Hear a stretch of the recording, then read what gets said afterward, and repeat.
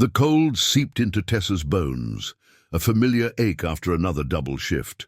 Her apron, stiff with dried coffee stains, offered little protection against the biting New Orleans air.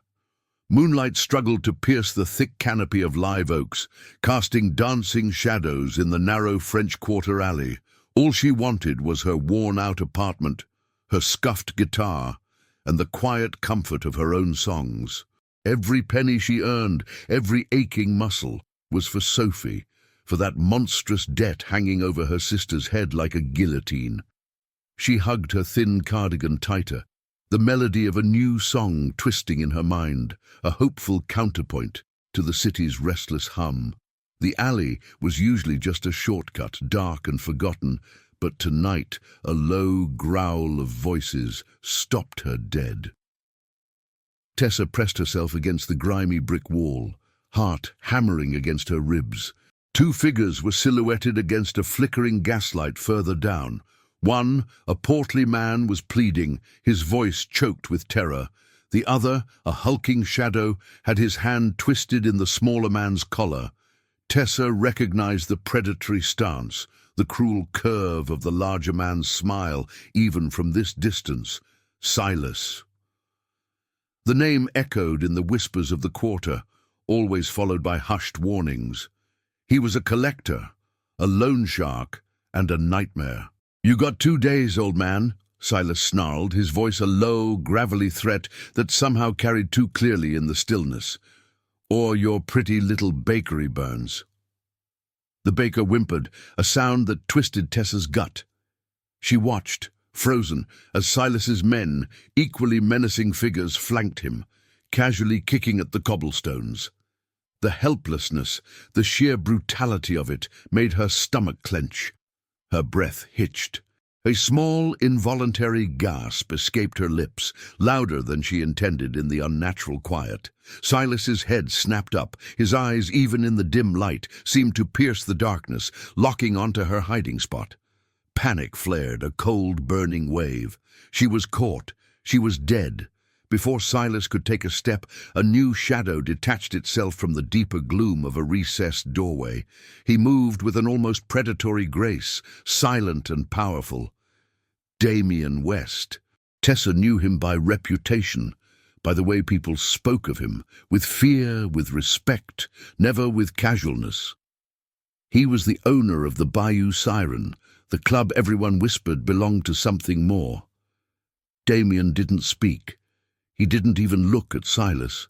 He simply stepped forward, his presence alone a tangible force, subtly shifting the dynamic. One of Silas's men, distracted by the sudden, imposing figure, stumbled. The minor disruption, the ripple of unease, was enough. Silas, irritated but wary, barked an order to his crew. "Forget it, let's go!" They melted back into the shadows, leaving the baker crumpled on the ground. Tessa watched them go, her body trembling, her lungs screaming for air. She hadn't moved, couldn't move, even when Damien West turned slowly, his gaze sweeping the alley.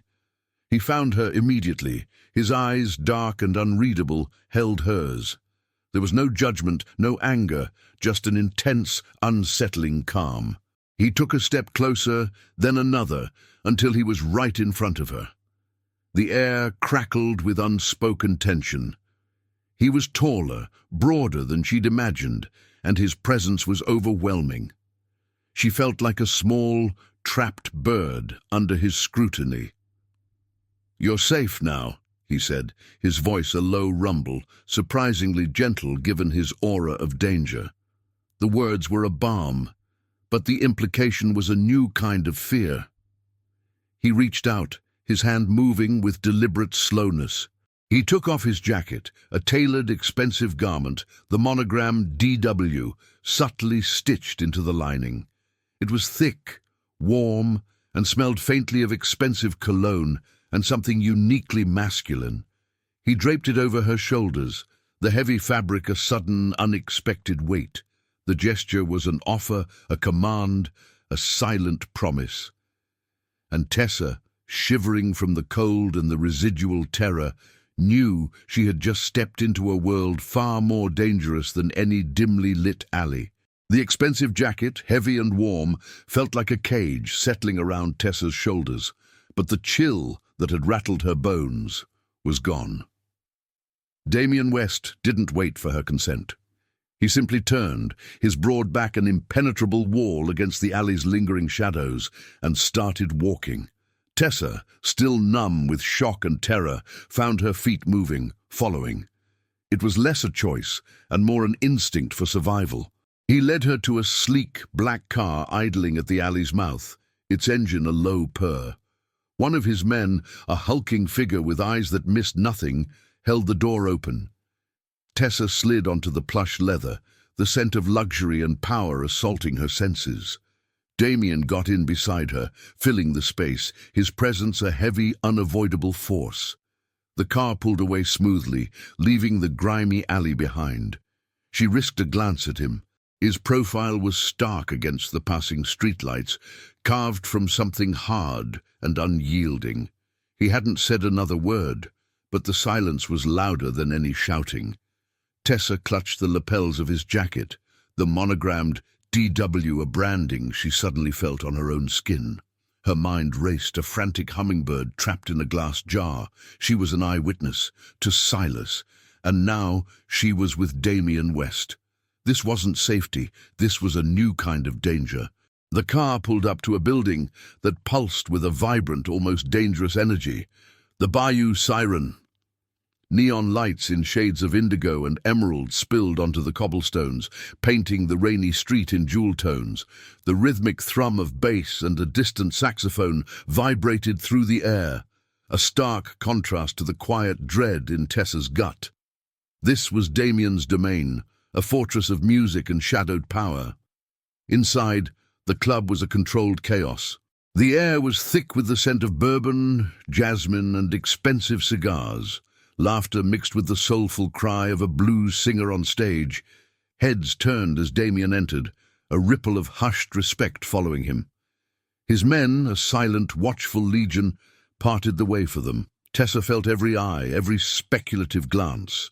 She was the outsider, the girl in the too big jacket, clearly not one of them. She wanted to bolt, to run until her lungs burned. But Damien's hand, a light but firm pressure on her lower back, steered her through the crowd. Resistance felt impossible. He led her past the main floor, up a set of polished stairs, and into a quieter, more private area. The murmurs of the club faded. He stopped in front of a heavy oak door, pushing it open. "In here," he said, his voice quiet, a command she couldn't ignore. The room was opulent, a luxurious suite she could never have imagined. Yet Tessa felt a tremor of panic. She spun to face him, her voice a little too sharp. "What is this? I need to go home. My sister—" Damien held up a hand, stopping her. His eyes, dark as the deepest bayou, held hers unwavering. "You saw Silas. He saw you. You're a liability to him now, Tessa." He moved to a small bar, pouring himself a drink. "But you're an asset to me." He paused, taking a sip, his gaze still on her. "Silas has been overstepping. He doesn't just collect debts. He preys on the helpless, tears families apart. That's not how things are done here." There was a quiet intensity in his tone, a glimpse into a rigid code beneath the controlled exterior. "You're safer here with me." Tessa's mind screamed defiance. Safer? She was trapped, beholden to a man whose world was far more dangerous than anything Silas could conjure. But the truth of his words hit her with the force of a physical blow. Silas knew her face. He wouldn't forget. And the thought of that debt, of Sophie, made her stomach clench. A television in the corner flickered to life, showing a weather map. A swirling red mass dominated the screen. "Hurricane warning issued for New Orleans," the anchor announced, her voice grave. "Residents urged to prepare for landfall within 48 hours." Tessa felt a fresh wave of despair. The city was locking down, and she was locked in. The storm outside mirrored the chaos within her, a swirling vortex of fear and a bitter taste of lost freedom. She looked at Damien, his expression unreadable, and knew with a chilling certainty that she was truly caught in the storm's eye now, and he was the only shelter. The luxurious suite was a gilded cage. Tessa paced the plush carpet, her bare feet sinking into the thick pile with every agitated step. Silk curtains, heavy and ornate, blocked out the outside world, and the only sound was the muffled thrum of the club below, a constant reminder of where she was. She ran a hand through her tangled hair, the monogrammed jacket still draped over a velvet armchair, a potent symbol of her captivity. Every instinct screamed at her to flee, to find a window, a hidden door, anything to escape the suffocating opulence. But where would she go? The hurricane was coming, and Silas was still out there. A soft click of the door made her jump. Damien West stood in the doorway, a dark silhouette against the dimly lit hallway. He hadn't bothered to knock. His gaze swept the room, then settled on her, unreadable as ever. He was wearing a fresh shirt, his sleeves rolled to reveal powerful forearms, and the scent of expensive bourbon and something musky, primal, followed him into the room. "Still restless?" he asked, his voice a low rumble. He didn't wait for an answer, moving to the small, polished table in the center of the room. He picked up a crystal decanter, pouring amber liquid into 2 glasses, one for her, one for him, a silent assumption of shared space. Tessa watched him, her heart thrumming a frantic rhythm. "Restless doesn't quite cover it," she retorted, her voice sharper than she intended. She didn't touch the glass he offered, refusing the silent invitation to settle. "I want to know what this is. What do you want from me?" He took a slow sip of his own drink, his eyes never leaving hers. "I already told you. You're an eyewitness to Silas's operations. That makes you valuable and a target." He leaned back against the table, a picture of casual power. "Tell me what you saw. Every detail." She hesitated, a knot of fear tightening in her stomach. He had the baker, Mr. Dubois. He was threatening to burn his shop, said he had 2 days. She recounted the scene, her voice trembling slightly, reliving the terror. His men, they were rough, and Silas, he's a monster. Damien listened, his expression impassive, but she saw a flicker in his dark eyes when she described Silas's cruelty. "And you?" he finally asked. "Who are you, Tessa Morgan? A waitress? Yes, but there's more to you than that. You have fire." "I'm a waitress trying to keep my head above water," she snapped, feeling a flush creep up her neck. She hated revealing her vulnerability. "And I have a sister, Sophie. She got into some trouble, a bad loan. I'm trying to get her out of it." The words felt raw, exposed. He tilted his head, a thoughtful hum escaping him. "A sister. Debt." His gaze was intense, dissecting her. "And the music. I saw a guitar in your bag." Tessa stiffened. "It's just a hobby. It's nothing."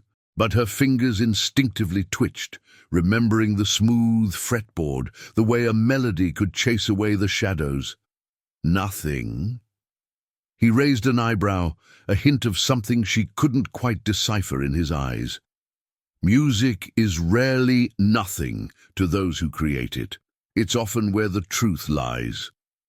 He set his glass down. "My code, Tessa, is simple. My people are paid. The helpless are not to be touched. Silas violates that. He preys. He undermines the order."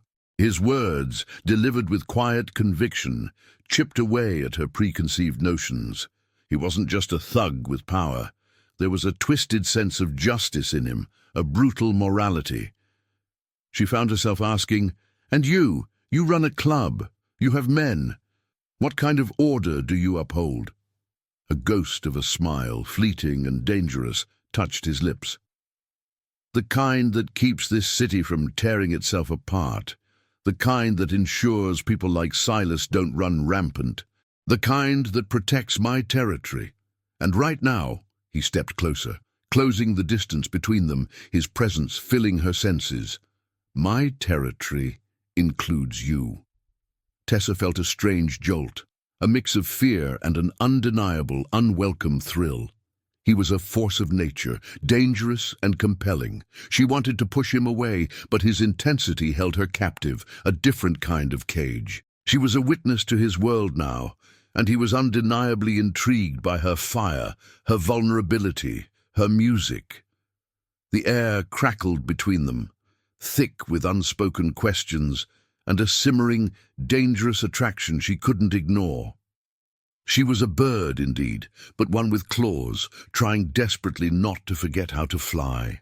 The sky outside wept, not a gentle rain, but a relentless hammering downpour that rattled against the thick hurricane shutters, now bolted tight over every window of the Bayou Siren. The news on the suite's television had grown increasingly grim, the reporter's voice tight with urgency as she described the escalating Category 3 storm. Now, the screen had gone dark, the power grid flickering then failing, plunging the room into a heavy, oppressive quiet. Only the faint, distant wail of a hurricane siren pierced the gloom, a mournful cry swallowed by the wind. Tessa felt the isolation like a physical weight. The opulent suite, once a gilded cage, now felt like a tomb. She paced, restless energy thrumming beneath her skin. A few hours earlier, one of Damien's silent men had delivered a small duffel bag to her suite, her scuffed guitar case tucked inside. She hadn't touched it until now. The silence, the churning dread in her gut, demanded an outlet. Her fingers, usually calloused from work, found the familiar fretboard. The wood felt warm against her skin, a comforting anchor in the rising chaos. She settled onto the plush sofa, the rich fabric an alien sensation beneath her, and began to play. A low, melancholic chord vibrated through the room, a sigh of sound. It was the song twisting in her mind from the alley, a melody of loss and yearning, of hope stubbornly refusing to die. Her voice, soft at first, then gaining strength, poured out the unwritten lyrics, raw and unfiltered. She didn't think about who might hear, only about the desperate need to translate the storm in her heart into something tangible. Damien West stood in the doorway, a dark silhouette against the flickering emergency lights that had just come on in the hallway. He hadn't announced his presence. He didn't move, just watched and listened. His presence, usually so commanding, was softened by the music, by the dim light filtering into the room. Tessa, startled by a sudden intake of breath from the doorway, stopped mid-strum, her heart leaping into her throat. "Don't stop," he said, his voice a low command, yet oddly gentle. He stepped fully into the room, the door clicking softly shut behind him, sealing them in. He moved to the small bar, pouring himself a single measure of bourbon, the ice clinking softly in the sudden quiet. His eyes, dark as the storm outside, met hers over the rim of his glass. "That's a sad song." Tessa flushed, feeling exposed. "It's just, what's in my head," she mumbled, her fingers nervously plucking a string. "Music is like that, it just comes out." "Truth," he supplied, his gaze intense.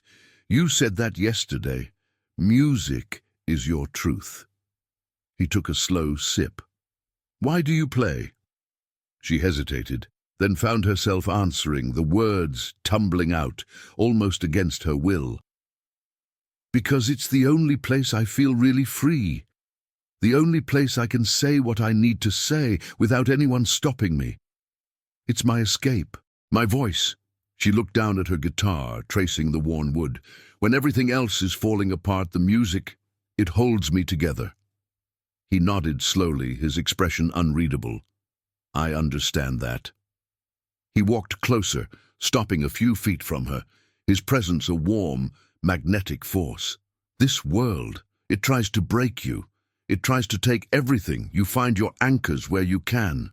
His eyes, usually so guarded, held a flicker of something raw, something almost vulnerable. "My world, it's about control.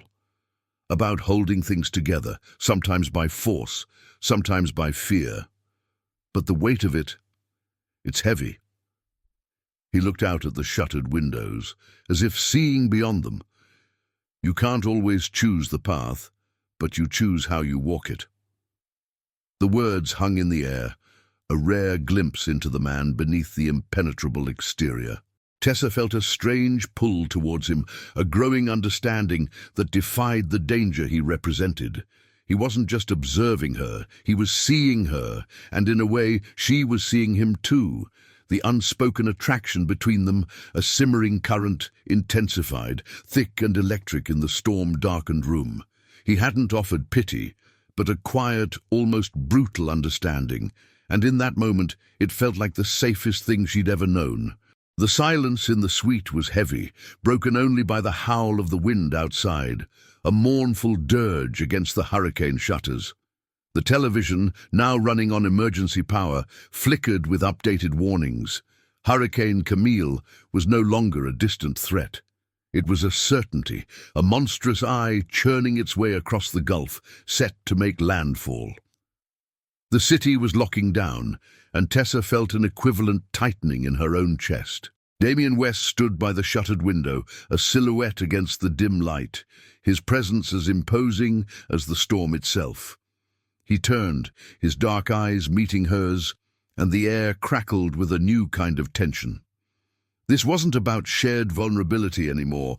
This was business, dangerous business. "The hurricane gives us a window," he began, his voice low, without preamble. "Everyone's distracted. Silas will be looking to consolidate, to make his moves before the city goes dark. We have to act now." Tessa's heart pounded. She knew this was coming, the terms of protection he'd alluded to. She braced herself. "Act how? What do you want me to do?" He walked closer, stopping just a few feet away, his gaze unwavering. "I need your testimony, Tessa. What you saw in that alley. The threats against Mr. Dubois. Silas has been encroaching on my territory, preying on the weak, expanding his reach in ways I won't tolerate. Your eyewitness account is the leverage I need to shut him down." She scoffed, a bitter laugh escaping her. "My testimony? Against a man like Silas? He'll just deny it. He'll make sure I disappear." The thought sent a fresh shiver down her spine. "Not if you're under my protection," Damien stated, his voice firm, leaving no room for argument. "Not if your testimony is handled in a way he can't ignore or retaliate against." He paused, his gaze softening almost imperceptibly as he watched her. "And in return, I will ensure your sister's safety. And her debt? It will disappear. Completely." The words hit her like a physical blow. Sophie, free of debt. The weight she'd carried for months, the suffocating burden, suddenly felt like it could lift. It was an offer too powerful to dismiss, too tempting to ignore. But the cost, her independence, her freedom. "My independence isn't for sale," she said, her voice trembling despite her efforts to keep it steady. She hugged her arms around herself. "And what does ensure her safety mean? What does handled mean? I'm not a pawn in your game, Damien." He took another step, closing the gap, his presence overwhelming. "It means," he said, his voice dropping to a near whisper, "that no one will ever touch Sophie again. Her debt will be gone. And you will be safe. You will be free of Silas, free of that fear that haunts you." He reached out, his hand hovering near her arm, a silent promise. "But it requires your trust and your cooperation." Tessa's mind raced.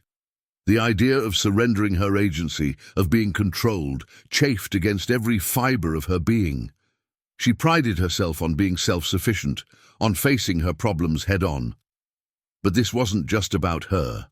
This was about Sophie, about a life free from the suffocating grip of fear and debt. It was a chance, perhaps the only one, to truly save her sister. "What exactly would I have to do?" she demanded, looking him directly in the eye. "Tell me the truth, Damien. What are the risks? What kind of danger am I walking into? I need to know everything." She wouldn't be blind. She wouldn't be a victim. He respected her demand. His eyes, usually so guarded, held a flicker of something close to admiration. The risks are real, Tessa. Silas is a viper, and he has connections. But I am not asking you to face him alone. You would be protected every step of the way. Your role would be to speak your truth, to give me the details I need, in the right place at the right time, to expose him and his operation fully. He didn't elaborate on the how, but the implication of his power was clear. I will not put you in unnecessary harm's way, my word. His word, a gangster's word. Yet in that moment, surrounded by the wailing storm and the inescapable truth of her situation, it felt strangely solid. She looked at him, at the unwavering intensity in his gaze, and understood the gravity of the bargain. It wasn't a surrender, not entirely. It was a strategic alliance, a desperate trade. Her independence for Sophie's future. A long, agonizing silence stretched between them, punctuated by the furious wind. Her heart ached, torn between her stubborn pride and the fierce love for her sister. Sophie's terrified face flashed in her mind. This wasn't about her pride. This was about Sophie. Tessa took a deep breath, the decision hardening in her. "Okay," she said, the word a whisper, then louder, firmer. "Okay, I'll do it. For Sophie. For her freedom." She met his gaze, her own eyes alight with a fierce resolve. "But understand this, Damien West. This isn't you owning me. This is an alliance. You protect my sister, you erase that debt, and I give you what you need, and I do it my way, or not at all." A slow, almost imperceptible smile touched Damien's lips. "An alliance," he echoed, the word tasting different on his tongue. "Agreed, Tessa Morgan. An alliance." The unspoken attraction between them, a dangerous undercurrent, intensified, now laced with a new, fragile trust. She had made her choice, not as a helpless bird, but as a woman fighting for her flock, asserting her agency even in the heart of the storm. The wind wasn't just howling now, it was a physical entity, slamming against the bayou siren with furious intent. Rain lashed horizontally against the hurricane shutters, sounding like a million tiny fists beating on metal, threatening to tear the building apart. The emergency lights cast long, dancing shadows, making the opulent club feel eerie and skeletal. Tessa stood by one of the fortified windows in the main lounge, pressing her palm against the cool, vibrating metal, feeling the raw power of Hurricane Camille. The city outside was a black, churning void. Every gust felt like a blow to her already fragile peace. She had made her choice, an alliance forged in desperation, but the weight of it pressed down on her. Was Sophie truly safe? Was Damien's word enough? The questions gnawed at her, a relentless current beneath the roar of the storm. Damien was across the room, surrounded by his men. The low murmur of their voices, usually a controlled rumble, was now laced with urgency. Maps spread across a mahogany table, marked with flickering flashlights. Tessa watched him, his profile sharp and intense in the shifting light. He was in his element, a king in his castle, even as the walls shook around them. Suddenly, the hushed conversation stopped. One of Damien's men, a burly man named Rocco, straightened, his face grim. He spoke in a low tone, too low for Tessa to hear clearly, but the shift in Damien's posture, the sudden stillness that descended over him, was chilling.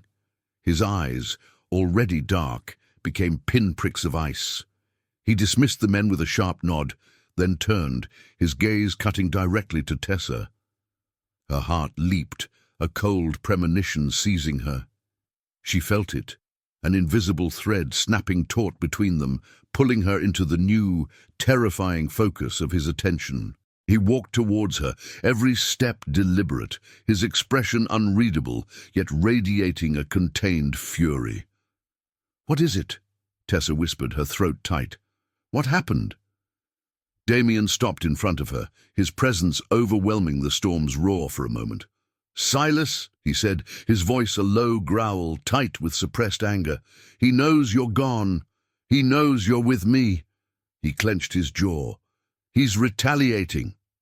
Tessa's breath hitched. "Sophie," she choked out, her worst fear taking root. "Is she—" "She's physically safe for now." He cut her off, his eyes watching her closely, as if bracing her for a blow. "But he's found a way to leverage the debt. He sent a message, a threat. If you don't show yourself, if you don't disappear from my sight, he's going to make her life a living hell, starting with her job, then her apartment, then worse." He didn't need to spell out the worse. Tessa knew. He was holding Sophie hostage, not with a gun, but with the suffocating chains of debt and fear. A cold wave of terror washed over Tessa, stealing the air from her lungs. Sophie, her little sister, bright and trusting, the girl Tessa had promised to protect.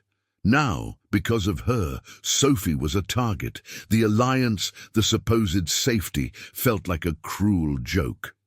She had dragged her sister into this nightmare. "No!" Tessa gasped, shaking her head, tears blurring her vision. No, he can't, he wouldn't. But she knew he would. Silas thrived on cruelty. She felt utterly helpless, trapped, the gilded cage now truly a prison. "I have to go to her. I have to call her." Damien reached out, his hand gently but firmly gripping her arm. "You can't. Phone lines are down across the city thanks to the storm, and you can't go to her. That's exactly what he wants. He wants you to break cover." His voice was low, laced with a fierce protectiveness. "He's using her to get to you." Tessa looked at him, her eyes wide with desperation, tears finally spilling down her cheeks. The physical storm outside, raging with an almost biblical fury, suddenly felt insignificant compared to the internal maelstrom tearing through her. The hurricane shutters kept the wind and rain out, but they couldn't keep Silas's poison from seeping in, threatening the one person she held most dear. The sanctuary Damien offered now felt penetrated, violated. He saw the raw pain in her eyes, the utter devastation. And in that moment something hardened in his own gaze, a quiet, deadly resolve. He would protect her, and by extension, he would protect Sophie, whatever it took. The emergency lights flickered again, plunging the club into near darkness before sputtering back to a dim orange glow. The constant wail of the wind outside was a stark reminder of the hurricane, but inside, the storm was escalating in a different way. Tessa, huddled on a velvet couch in a secluded alcove of the main lounge, the monogrammed jacket still clutched around her. Her eyes were fixed on Damien West. He stood over a large table, a map of the French Quarter spread out beneath his hands, illuminated by a single battery-powered lantern. Surrounding him were his lieutenants, Rocco, the hulking man who'd driven them, and two others equally formidable, their faces etched with grim determination. Their voices were low, guttural, a language of power and strategy Tessa barely understood. But she listened, every nerve ending screaming. This was her life they were discussing, Sophie's life. "Silas hit 2 more of Dubois' associates this morning," Rocco reported, his voice a low growl. "Used the storm as cover. Sent a message straight to the councilman. Says he's ready to expand." Tessa's breath caught. Councilman! Her head snapped up, her gaze darting from Rocco to Damien. This wasn't just about a street thug and a loan shark. This was bigger, much bigger. The realization sent a fresh wave of ice through her veins. Damien's jaw was tight, his eyes like chips of flint. "He wants to make a play for the waterfront properties," he stated, his voice devoid of emotion, yet carrying an undeniable edge of menace. "He thinks the storm will clear the way. He thinks he has protection." Protection. Tessa couldn't hold back the question. She pushed off the couch, moving closer to the table, drawn by a morbid curiosity she couldn't control. "What kind of protection?" Damien looked at her, his expression unreadable, then back to his men. Silas isn't just a gutter rat, Tessa, he explained, his voice quieter now but no less impactful. He's backed by a city councilman, a man who wants this club, my territory. He's using Silas to create chaos, to devalue properties, to push out the small businesses so he can buy them up cheap after the storm. The words hit her like a physical blow. A councilman, a politician. This wasn't just street crime. This was a calculated, insidious land grab, cloaked in violence. She had thought she was dealing with a local thug, but she was caught in a web that stretched into the highest echelons of the city. The extent of her entanglement, the sheer danger of it, made her stomach churn. So, my testimony. It's not just about Silas, she whispered, her voice barely audible over the wind. It's about a councilman. A powerful man. Exactly, Damien confirmed, his gaze intense. Silas is just the knife. The councilman is the hand that wields it. To cut off the hand, we need more than just a street brawl. We need exposure, a public statement, something that can't be swept under the rug. Tessa felt a tremor of fear, but also a growing resolve. This wasn't just about her sister's debt anymore. This was about something much larger, a fight for the very soul of the community. But the fear for Sophie clawed at her. I have to try again, she pleaded, pulling out her phone, the screen stubbornly dark. I have to call Sophie just once. I need to know she's okay. Damien watched her, his expression softening for a fraction of a second, then hardening again. The lines are dead, Tessa. They've been down for hours.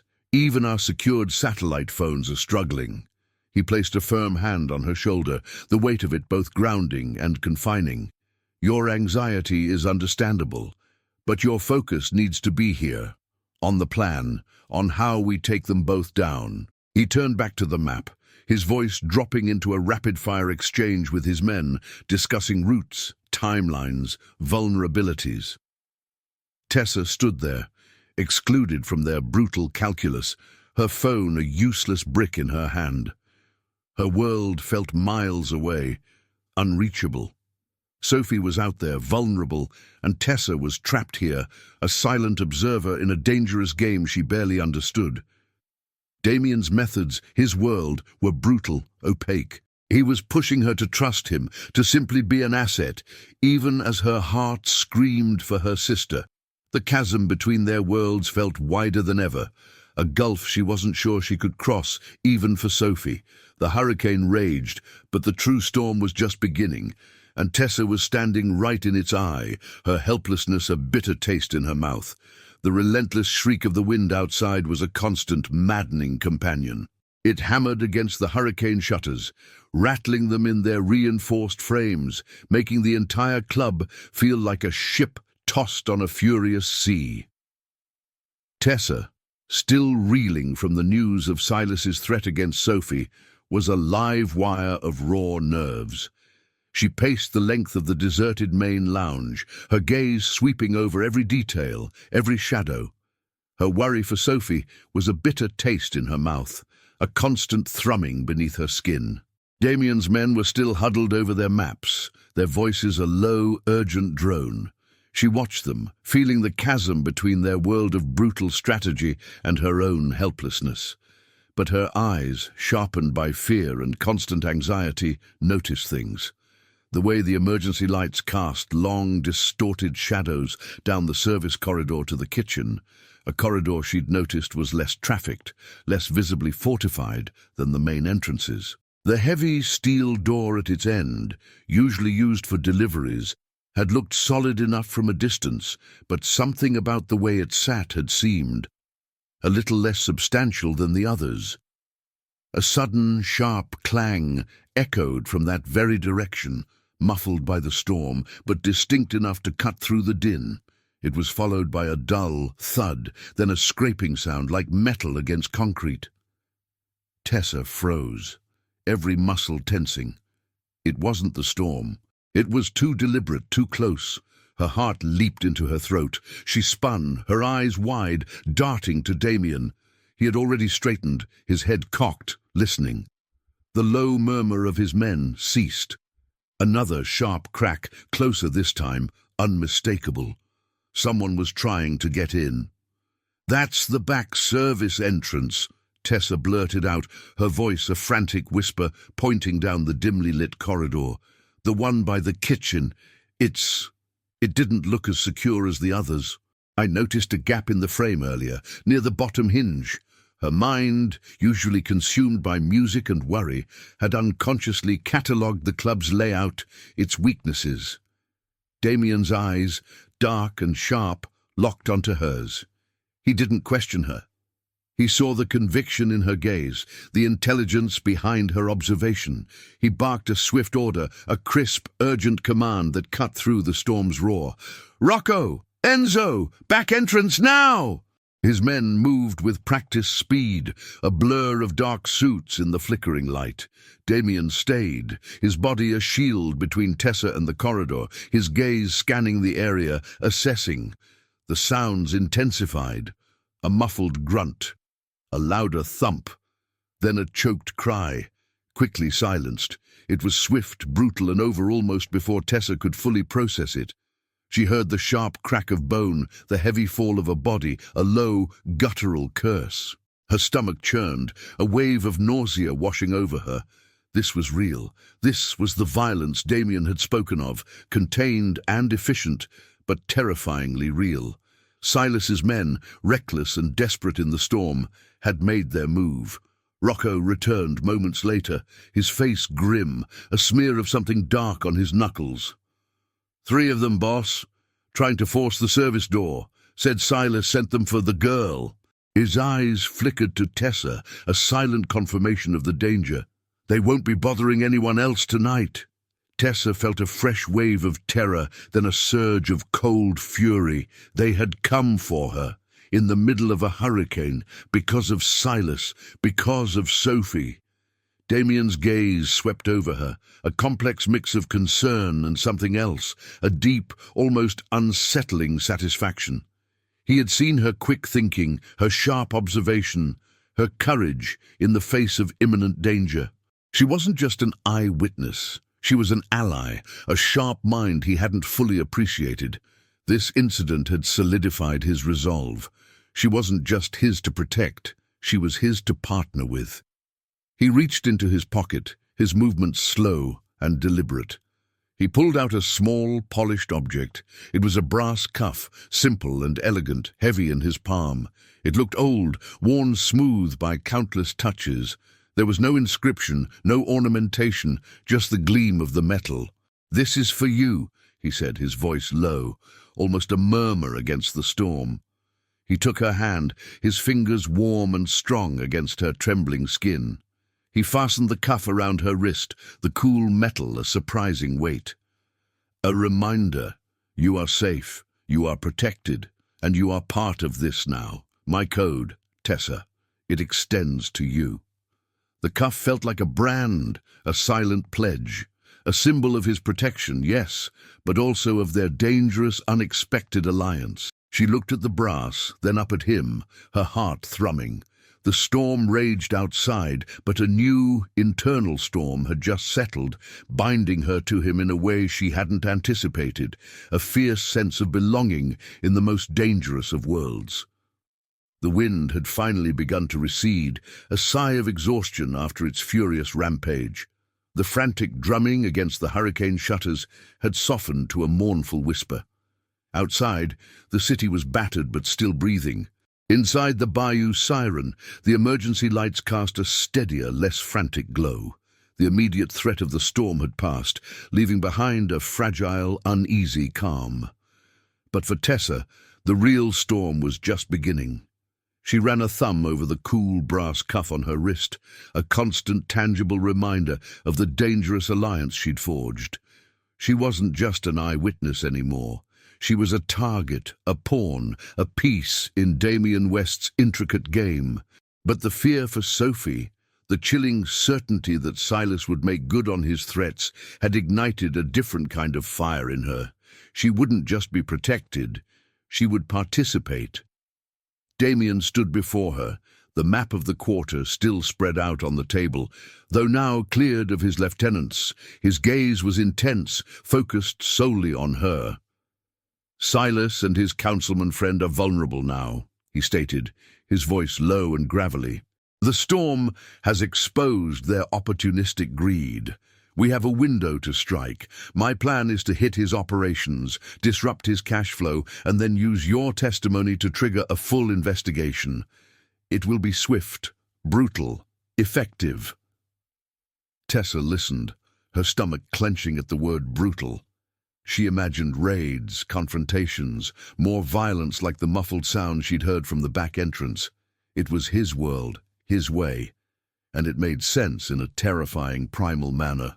But something in her rebelled. A quiet voice, the one that always hummed melodies, whispered a different path. She looked at him, her eyes searching his for any crack in his formidable exterior. "That's your way," she said, her voice quiet but firm. "It's effective, I'm sure. But what about the truth? What about making sure everyone knows, not just the police, not just your people?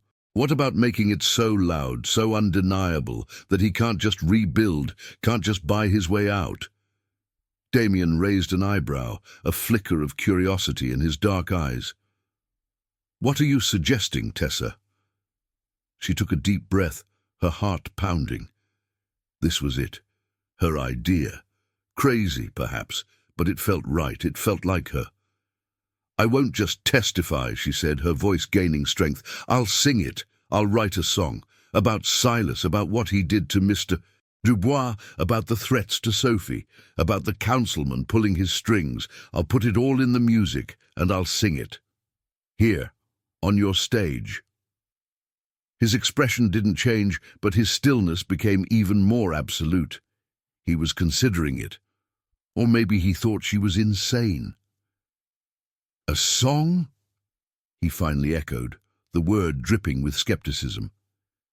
"You want to sing about a mafia shakedown and a corrupt politician on a jazz club stage?" "Music is my truth," she reminded him, her gaze unwavering. "You said that yourself.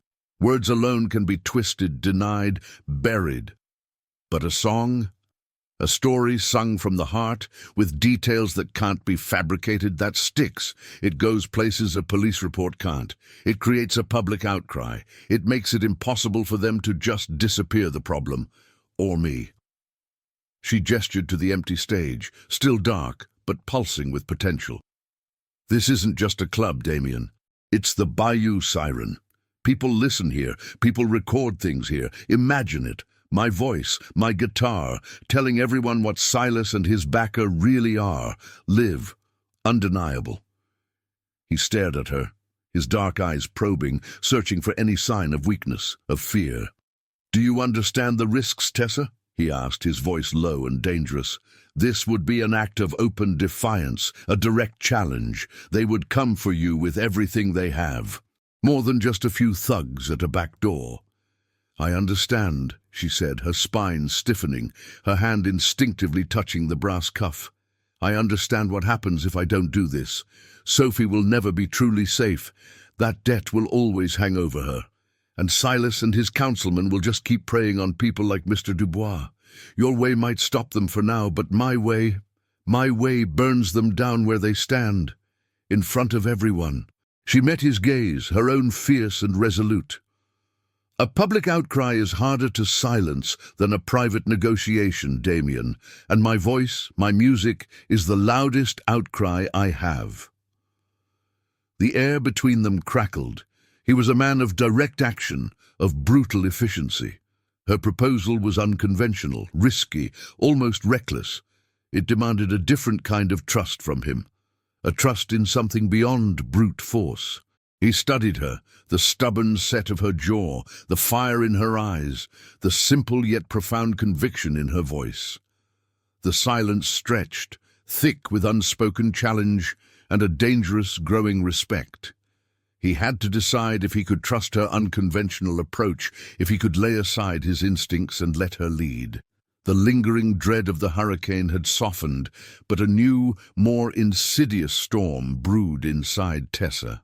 She sat on the edge of the plush sofa in the suite, her scuffed guitar resting on her lap, a lifeline in the overwhelming opulence. The brass cuff gleamed faintly on her wrist, a heavy, constant reminder of the alliance she'd forged, a symbol of protection that now felt like a brand of war. Her proposal, born of desperation and a fierce belief in her music, still echoed in the quiet room. Damien had listened, but had he truly understood? Her fingers, usually calloused from waitressing, found the familiar strings, plucking a tentative chord. The melody that had been a whisper in the alley, a mournful dirge during the storm, now needed to be a roar. She closed her eyes, picturing Mr. Dubois' terrified face, hearing Silas's gravelly threats. She remembered the cold seeping into her bones, the helplessness, the fear for Sophie. All of it, every aching memory, poured into the music. "He came in the dark with a smile like a snake," she murmured, testing the words, her voice raw. "Said 2 days, old man, or your sweet shop will break." The images flashed, vivid and painful. She wrote about Sophie, the suffocating weight of the debt, the vulnerability that had made her sister a target. And then, with a jolt of cold anger, she wove in the councilman, the invisible hand pulling Silas's strings, turning a local shakedown into a city-wide betrayal. The melody twisted, becoming sharper, more insistent, a defiant anthem against the darkness. It was terrifying, exposing every raw nerve, but it was also exhilarating, empowering. This was her truth, her weapon. Damien West entered the suite silently, as he always did, but Tessa didn't flinch this time. She was too lost in the song, too consumed by the urgent need to create. He stood in the doorway, a dark, unmoving presence, watching her, listening. He saw the way her fingers flew across the fretboard, the fierce concentration etched on her face, the raw emotion pouring from her. He saw not just a waitress, but an artist, a warrior, wielding a different kind of weapon. He had underestimated the power of her conviction, the depth of her courage. His eyes, usually so guarded, held a flicker of something new, respect, and a dawning realization. This wasn't just a song, it was a detonation. He moved to the side, leaning against the wall, a silent guardian. He pulled out his phone, making a series of low, rapid calls. He spoke to Rocco, his voice a quiet rumble, giving precise instructions. "Leak the information? Small-time shakedown gone wrong? Eyewitness ready to talk? Make sure Silas hears it. Make sure the councilman hears it. We give them a reason to be here." He was already setting the stage, building the trap around her melody. Tessa strummed the final resonant chord, her voice hoarse, her heart pounding. She looked up at him, her chest heaving. It's not finished, but it's getting there." She felt vulnerable, exposed, like she'd laid her soul bare. Damien pushed off the wall, walking slowly towards her. He didn't offer praise, not in the way others might. His gaze was intense, unwavering. "Sing it for me," he commanded, his voice low. "The parts you have, from the beginning." Her hands trembled slightly, but she nodded, taking a deep breath. She started again, her voice clearer now, stronger, pouring out the story of Silas's cruelty, Mr. Dubois' fear, Sophie's debt, and the insidious corruption of the councilman. She watched Damien's face as she sang, searching for a reaction. His expression remained stoic, but she saw it in his eyes, a rare, almost vulnerable attentiveness. He was truly listening, not just as a strategist, but as a man who understood the weight of betrayals and the fight for dignity. When she finished, the silence in the room was profound, broken only by the lingering vibrations of the guitar. Damien didn't speak for a long moment. He simply reached out, his hand gently covering hers where it rested on the fretboard. "That," he said, his voice husky, "is more than just a song, Tessa. That is the truth, and it will be heard." His touch, his words, were a silent pledge. The fear for Sophie, the anger at Silas, the resolve to fight, it all coalesced into a sharp, clear purpose. He was trusting her, not just to sing, but to lead. And she, in turn, felt a deepening trust in him, in his brutal but unyielding code. They were a dangerous, unlikely pair, bound by a song and a shared enemy. The alliance was no longer just a desperate bargain. It was a dangerous, collaborative plan, forged in the heart of the storm. The lingering dread of the hurricane had softened, but a new, more insidious storm brewed inside Tessa. She sat on the edge of the plush sofa in the suite, her scuffed guitar resting on her lap, a lifeline in the overwhelming opulence. The brass cuff gleamed faintly on her wrist, a heavy, constant reminder of the dangerous alliance she'd forged, a symbol of protection that now felt like a brand of war. Her proposal, born of desperation and a fierce belief in her music, still echoed in the quiet room. Damien had listened, but had he truly understood? Her fingers, usually calloused from waitressing, found the familiar strings, plucking a tentative chord. The melody that had been a whisper in the alley, a mournful dirge during the storm, now needed to be a roar. She closed her eyes, picturing Mr. Dubois' terrified face, hearing Silas's gravelly threats. She remembered the cold seeping into her bones, the helplessness, the fear for Sophie, all of it, every aching memory, poured into the music. "He came in the dark, with a smile like a snake," she murmured, testing the words, her voice raw. "Said 2 days, old man, or your sweet shop will break." The images flashed, vivid and painful. She wrote about Sophie, the suffocating weight of the debt, the vulnerability that had made her sister a target. And then, with a jolt of cold anger, she wove in the councilman, the invisible hand pulling Silas's strings, turning a local shakedown into a city-wide betrayal. The melody twisted, becoming sharper, more insistent, a defiant anthem against the darkness. It was terrifying, exposing every raw nerve, but it was also exhilarating, empowering. This was her truth, her weapon. Damien West entered the suite silently, as he always did, but Tessa didn't flinch this time. She was too lost in the song, too consumed by the urgent need to create. He stood in the doorway, a dark, unmoving presence watching her, listening. He saw the way her fingers flew across the fretboard, the fierce concentration etched on her face, the raw emotion pouring from her. He saw not just a waitress, but an artist, a warrior wielding a different kind of weapon. He had underestimated the power of her conviction, the depth of her courage. His eyes, usually so guarded, held a flicker of something new, respect and a dawning realization. This wasn't just a song, it was a detonation. He moved to the side, leaning against the wall, a silent guardian. He pulled out his phone, making a series of low, rapid calls. He spoke to Rocco, his voice a quiet rumble, giving precise instructions.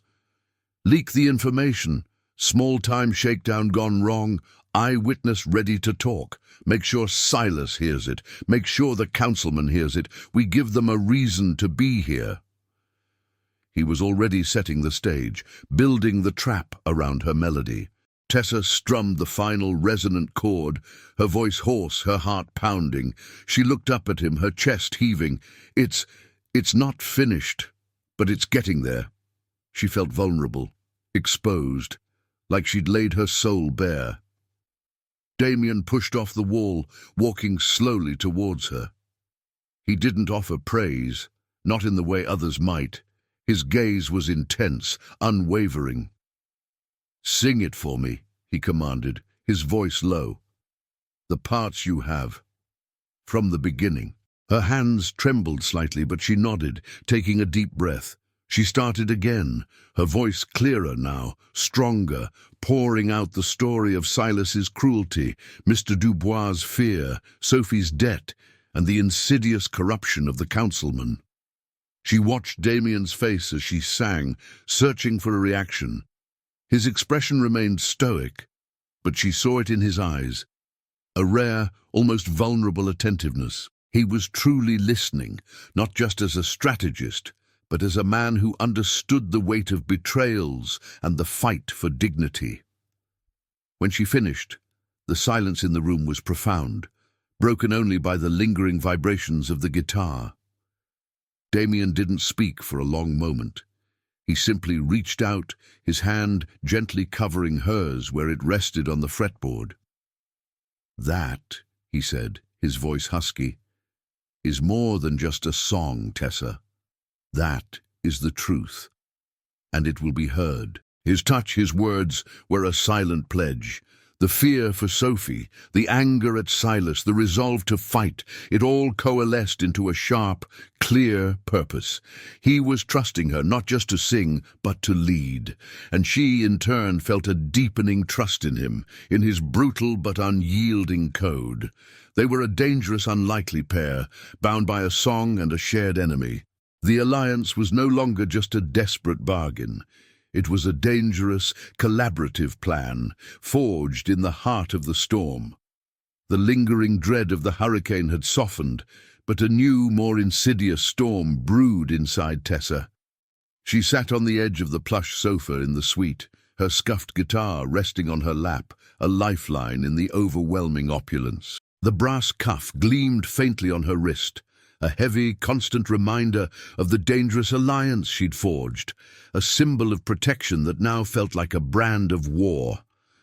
Her proposal, born of desperation and a fierce belief in her music, still echoed in the quiet room. Damien had listened, but had he truly understood? Her fingers, usually calloused from waitressing, found the familiar strings, plucking a tentative chord. The melody that had been a whisper in the alley, a mournful dirge during the storm, now needed to be a roar. She closed her eyes, picturing Mr. Dubois' terrified face, hearing Silas's gravelly threats. She remembered the cold seeping into her bones, the helplessness, the fear for Sophie. All of it, every aching memory poured into the music. "He came in the dark with a smile like a snake," she murmured, testing the words, her voice raw. "Said 2 days, old man, or your sweet shop will break." The images flashed, vivid and painful. She wrote about Sophie, the suffocating weight of the debt, the vulnerability that had made her sister a target. And then, with a jolt of cold anger, she wove in the councilman, the invisible hand pulling Silas's strings, turning a local shakedown into a city-wide betrayal. The melody twisted, becoming sharper, more insistent, a defiant anthem against the darkness. It was terrifying, exposing every raw nerve, but it was also exhilarating, empowering. This was her truth, her weapon. Damien West entered the suite silently, as he always did, but Tessa didn't flinch this time. She was too lost in the song, too consumed by the urgent need to create. He stood in the doorway, a dark, unmoving presence watching her, listening. He saw the way her fingers flew across the fretboard, the fierce concentration etched on her face, the raw emotion pouring from her. He saw not just a waitress, but an artist, a warrior, wielding a different kind of weapon. He had underestimated the power of her conviction, the depth of her courage. His eyes, usually so guarded, held a flicker of something new, respect, and a dawning realization. This wasn't just a song, it was a detonation. He moved to the side, leaning against the wall, a silent guardian. He pulled out his phone, making a series of low, rapid calls. He spoke to Rocco, his voice a quiet rumble, giving precise instructions. "Leak the information. Small-time shakedown gone wrong. Eyewitness ready to talk. Make sure Silas hears it. Make sure the councilman hears it. We give them a reason to be here." He was already setting the stage, building the trap around her melody. Tessa strummed the final resonant chord, her voice hoarse, her heart pounding. She looked up at him, her chest heaving. It's not finished, but it's getting there." She felt vulnerable, exposed, like she'd laid her soul bare. Damien pushed off the wall, walking slowly towards her. He didn't offer praise, not in the way others might. His gaze was intense, unwavering. "Sing it for me," he commanded, his voice low. "The parts you have. From the beginning." Her hands trembled slightly, but she nodded, taking a deep breath. She started again, her voice clearer now, stronger, pouring out the story of Silas's cruelty, Mr. Dubois' fear, Sophie's debt, and the insidious corruption of the councilman. She watched Damien's face as she sang, searching for a reaction. His expression remained stoic, but she saw it in his eyes, a rare, almost vulnerable attentiveness. He was truly listening, not just as a strategist, but as a man who understood the weight of betrayals and the fight for dignity. When she finished, the silence in the room was profound, broken only by the lingering vibrations of the guitar. Damien didn't speak for a long moment. He simply reached out, his hand gently covering hers where it rested on the fretboard. "That," he said, his voice husky, "is more than just a song, Tessa. That is the truth, and it will be heard." His touch, his words, were a silent pledge. The fear for Sophie, the anger at Silas, the resolve to fight, it all coalesced into a sharp, clear purpose. He was trusting her, not just to sing, but to lead. And she, in turn, felt a deepening trust in him, in his brutal but unyielding code. They were a dangerous, unlikely pair, bound by a song and a shared enemy. The alliance was no longer just a desperate bargain. It was a dangerous, collaborative plan, forged in the heart of the storm. The air in the bayou siren crackled with a false festivity. It was a post-hurricane reopening, a celebration of survival, but Tessa knew it was a meticulously crafted trap. The club pulsed with a deceptive energy, jazz music weaving through the chatter, the clink of glasses, and the nervous laughter of a city shaking off the storm. Every smile felt a little too wide, every conversation a little too loud. For Tessa, backstage in the cramped, shadowed green room, it was a suffocating pressure. Her scuffed guitar lay beside her on a worn velvet couch, a silent, heavy weapon. Her heart hammered against her ribs, a frantic bird trapped in a cage of anticipation. She peered through a narrow slit in the velvet curtain, her eyes scanning the crowd. Damien had left nothing to chance. His men, usually a visible force, were now subtly blended, their watchful eyes missing nothing. They looked like regular patrons, but Tessa could feel their coiled readiness, a silent hum of controlled power. The crowd was a mix of locals, curious tourists, and a few familiar faces she recognized from the quarter. Mr. Dubois, the baker, sat with his wife, looking terrified but resolute. This was for them. This was for Sophie. Then she saw them. Silas entered first, his hulking frame pushing through the crowd with an arrogant swagger. His eyes, predatory and cold, swept the room, assessing, confident. He was here because he'd been told there was an easy score, a chance to solidify his power in the post-storm chaos. He was here because Damien's network had fed him a lie, a tempting piece of bait. Tessa felt a shiver of revulsion. Moments later, a hush fell over a section of the club. The city councilman.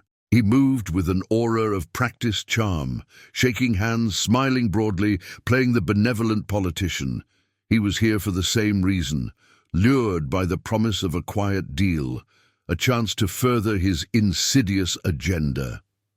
Tessa felt her blood run cold, then boil.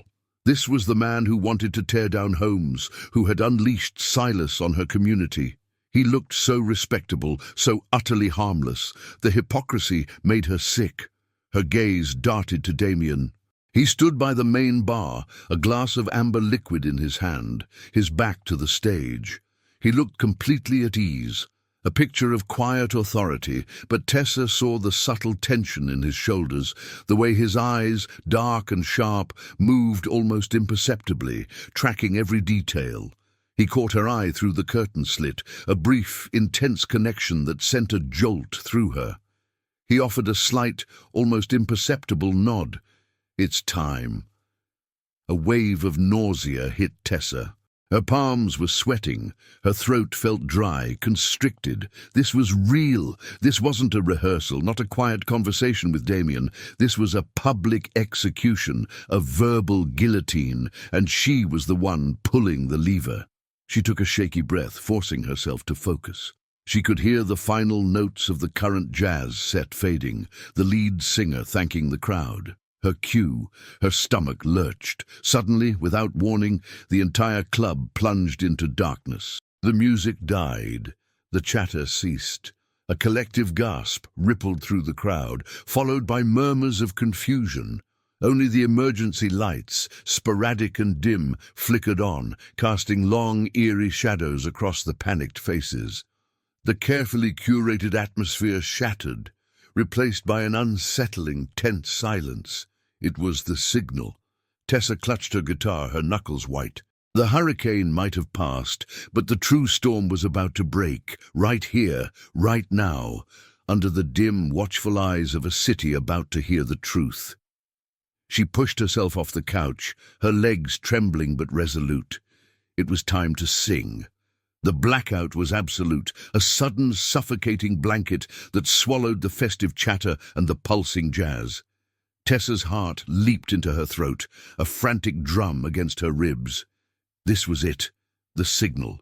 Her legs felt like lead, but she pushed through the velvet curtain, her scuffed guitar suddenly feeling impossibly heavy, yet utterly essential. The stage was a pool of dim, flickering emergency light, an intimate, terrifying spotlight in the vast, shadowed club.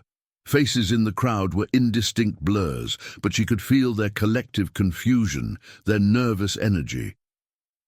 She saw Damien, a powerful, unwavering silhouette near the edge of the stage. His gaze locked on her. He was a silent anchor in the storm, his presence both a comfort and a stark reminder of the danger she faced. She took a shaky breath, her fingers slick with sweat, finding the familiar strings. This wasn't just a performance, it was a war cry. This was for Mr. Dubois, for Sophie, for every soul Silas and his puppeteer had preyed upon. A single, raw chord vibrated through the silence, cutting through the murmurs of the crowd. Tessa closed her eyes for a second, picturing the alley, the fear, the cold, the faces of the wronged. Then she opened them, her gaze sweeping over the darkened club, fierce and unwavering. Her voice, at first a trembling whisper, then gaining strength with every note poured out, raw and unpolished, yet searing with truth.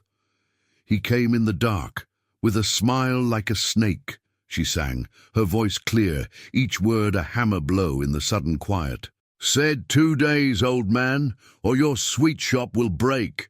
A ripple went through the crowd. Mr. Dubois in the front gasped, his hand flying to his mouth. Tessa's eyes found Silas, illuminated by the erratic emergency lights. His face, initially smug, twisted into a mask of disbelief, then a sneer of recognition. He began to push through the crowd, a low growl rumbling in his chest. "You held my sister with debt as your chain," Tessa continued, her voice rising, infused with fury. "You promised her hell. You promised her pain."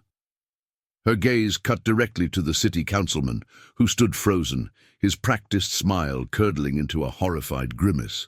He had been so confident, so untouchable. Now his name hung unspoken but undeniable in the air. "And behind the viper, a polished, false face," she sang, her voice soaring, accusatory. "The councilman's shadow, in this dark, twisted place." The words hit like a blast. A collective gasp erupted from the crowd. Whispers turned to shouts. Phones, held aloft by Damien's men, glowed like fireflies, capturing every moment, every word. Tessa saw Rocco, his face grim, his phone pointed directly at her, live streaming to the world. They were doing it. The truth was getting out. Silas roared, a guttural sound of pure rage. He lunged forward, pushing through the stunned patrons, his eyes fixed on Tessa, murder in their depths. The councilman, his face ashen, stumbled, desperately trying to silence her, his own voice a frantic, choked plea. "Stop her!" Silas bellowed, his men moving to intercept him, their intent clear. Tessa saw Damien out of the corner of her eye.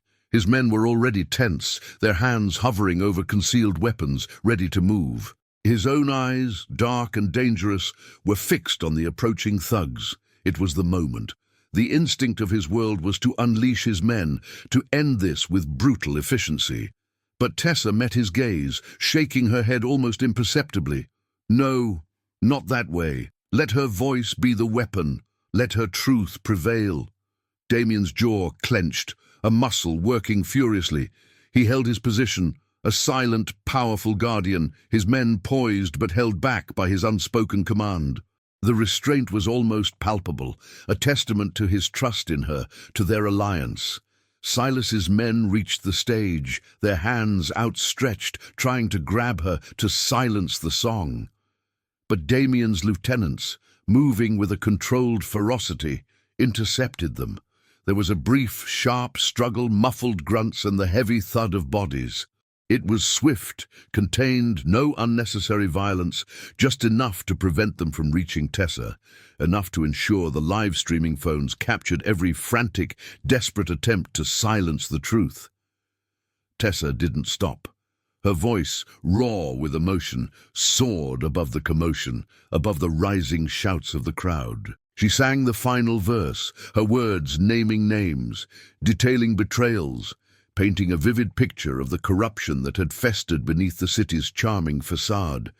Her fingers strummed the final, defiant chord, letting the last note reverberate, a powerful echo of justice. The truth was out. It hung in the air, undeniable, amplified by 100 glowing screens. Exhausted but exhilarated, Tessa lowered her guitar, her chest heaving. Silas and the councilman were held, their faces contorted with impotent rage and dawning despair. The club, once a stage for entertainment, had become a crucible of truth. She had done it. She had sung her song, and the city had listened. The roar of the crowd was deafening, a cacophony of shouts, gasps, and frantic cheers. Tessa stood on the stage, her guitar still clutched in numb fingers, the final defiant chord of her song vibrating in the suddenly electric air. Silas, his face contorted in a mask of impotent fury, was being dragged away by Damien's men, sputtering threats that died in his throat. The councilman, pale and sweating, stammered denials to a flurry of live-streaming phones, his polished facade crumbling into pathetic desperation. Justice, raw and public, was unfolding before her eyes. Tessa felt an adrenaline crash so profound it made her knees tremble. Exhaustion, heavy and absolute, settled deep in her bones, but beneath it a powerful, exhilarating hum resonated. She had done it. She had named names. She had sung her truth. Damien was beside her in an instant, a solid, anchoring presence. He didn't touch her, but his gaze, dark and intense, held hers, a silent communication passing between them. The danger in his eyes had softened, replaced by something warm, fiercely proud. He looked at her like she was a storm he had unleashed, and he was utterly captivated by her power. "It's done, Tessa," he said, his voice a low rumble cutting through the fading chaos. "Silas and his puppet master are finished. The evidence is out there for everyone to see. There's no coming back from this for them." A profound sense of relief washed over her, so potent it made her lightheaded. She swayed slightly, and Damien's hand, warm and strong, settled on her lower back, steadying her. "Sophie," she whispered, the name a desperate plea. He met her gaze, his eyes holding hers with unwavering certainty. "Rocco just confirmed. The debt is gone, erased, and she's safe, completely. Silas's threats won't reach her, not anymore. No one will." The words were a balm to her raw nerves, a heavy weight lifting from her shoulders. Sophie was free. The monstrous debt, the reason she'd been so desperate, so afraid, was gone.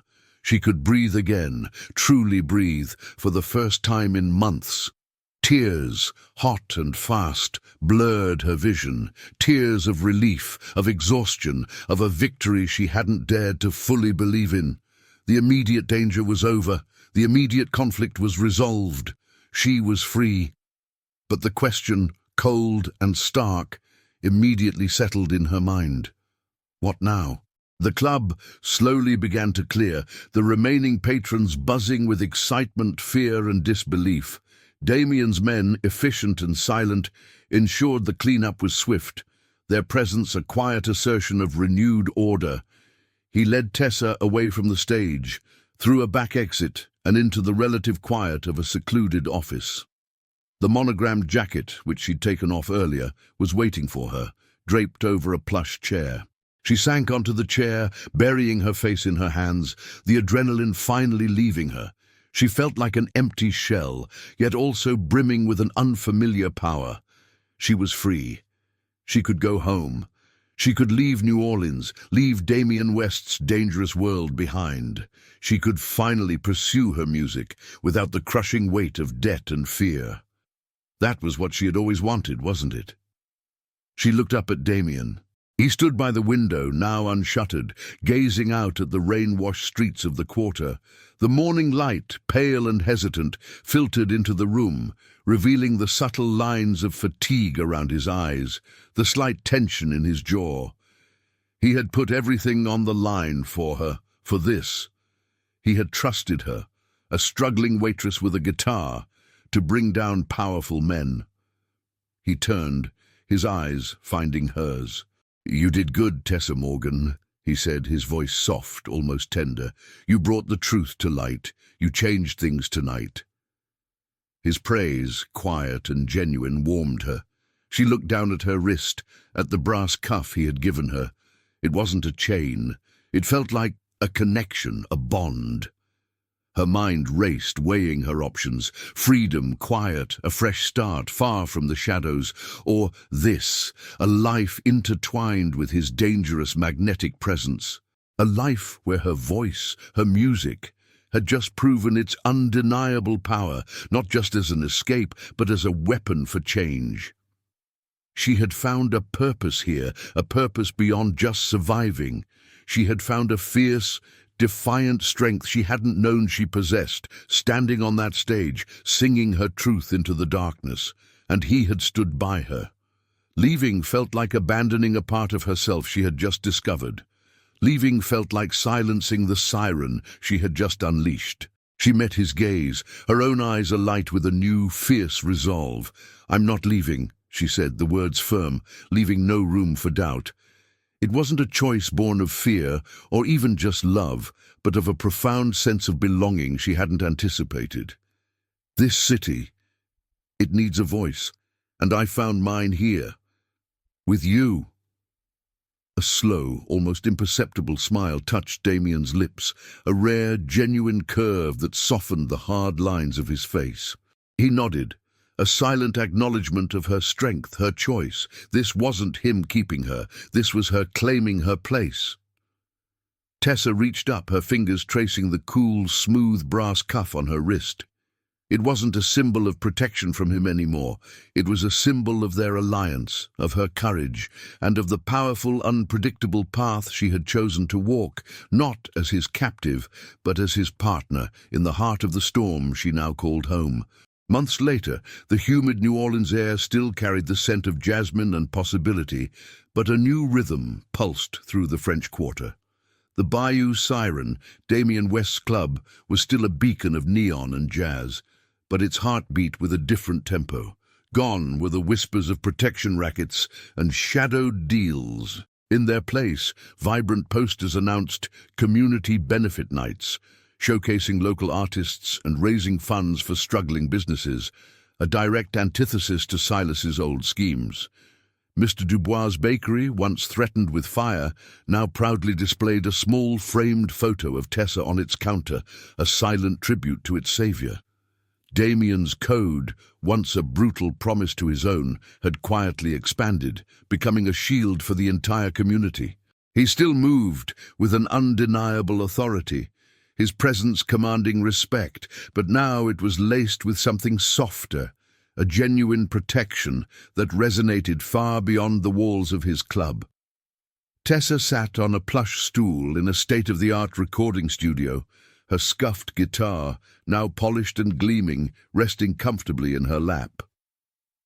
The microphone stood tall before her, a silent confidant waiting to capture the truth. Her first album, born from the chaos of the hurricane and the fire of her defiance, was taking shape.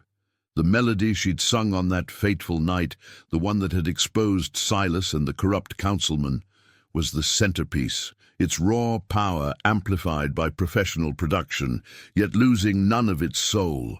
Her music, once a private solace, was now a powerful, public voice, echoing far beyond the dim alleys of the quarter. It was a voice for justice, for dignity, for the people. She took a deep breath, adjusting the headphones. "Take two," she murmured to the sound engineer through the mic. Then her fingers found the opening chords. The notes flowed, strong and clear, building into the defiant anthem she'd poured her heart into. She closed her eyes, letting the music carry her, feeling every word, every emotion. From the sound booth, Damien West watched her, a quiet smile playing on his lips. His monogrammed jacket, the very one he'd draped over her shoulders that freezing night, hung casually over the back of a chair, a familiar sentinel. He wasn't a man given to grand gestures or effusive praise, but the way his dark eyes softened when they landed on her, the subtle pride in his posture, spoke volumes. Their romance was a slow burn, grounded in mutual respect and a shared purpose. There were no declarations, no hurried promises, just a quiet, undeniable understanding that had deepened with every passing day, every shared challenge. He had learned to trust her unconventional strength, and she, in turn, had found an unwavering anchor in his dangerous, loyal heart. Tessa finished the track, the last chord fading into the perfect silence of the studio. She opened her eyes, a triumphant hum still vibrating through her. Her gaze instinctively fell to her left wrist, where the brass cuff gleamed, a constant comforting weight. It wasn't a symbol of captivity anymore, or even just protection. It was a symbol of her courage, of their alliance, of the new life she had built. The sound booth door opened, and Damien walked in, the faint scent of his cologne, a mix of expensive bourbon and something uniquely masculine, preceding him. He didn't speak, just leaned against the console, his gaze fixed on her. "What do you think?" she asked, her voice soft, a hint of vulnerability in her tone. He pushed a button, and the rich, layered sound of her song filled the room, her voice soaring, powerful, undeniable. He listened, truly listened, then turned to her, his eyes holding hers. "It's the truth, Tessa," he said, his voice a low rumble. "And it's beautiful." He reached out, his fingers gently tracing the cool metal of the brass cuff on her wrist. His touch was warm, possessive, yet respectful. It was an unspoken acknowledgement of the journey they had taken, of the transformation he had undergone, guided by her unwavering spirit. His operations, once cloaked in shadow, now genuinely protected the community. His world, once defined by fear, was slowly, quietly, being reshaped by hope. Tessa leaned into his touch, a contented sigh escaping her lips. Her music, his power, their intertwined destinies. New harmonies were indeed being forged in the heart of New Orleans, not just in the studio, but in the life they were building together, one grounded note at a time. If you enjoyed the video, tell us where you're watching from and subscribe to the channel to keep up with our content.